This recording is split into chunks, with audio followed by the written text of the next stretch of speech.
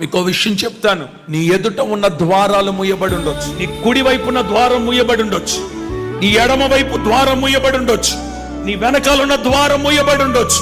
ఈ 4 ద్వారాల నుండి నీకు రావాల్సిన రాబడి నీకు రాకపోవచ్చు. కానీ ఒక్కటి గుర్తుపెట్టుకో, చేతులు ఎప్పుడైతే ఆకాశం వైపు ఎత్తుతావో నీ కొరకు ఆకాశ ద్వారాలు ఎల్లప్పుడూ తెరిచే ఉంటాయి.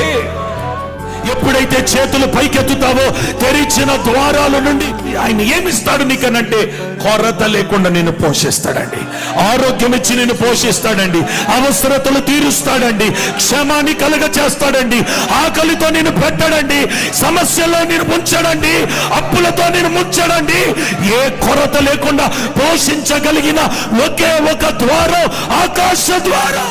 నీ కొరకు ఆకాశ ద్వారం తెరవబడాలి అనంటే చేతులు ఇలా కాదు చాపాల్సింది, చేతులు ఇలా చాపాలి.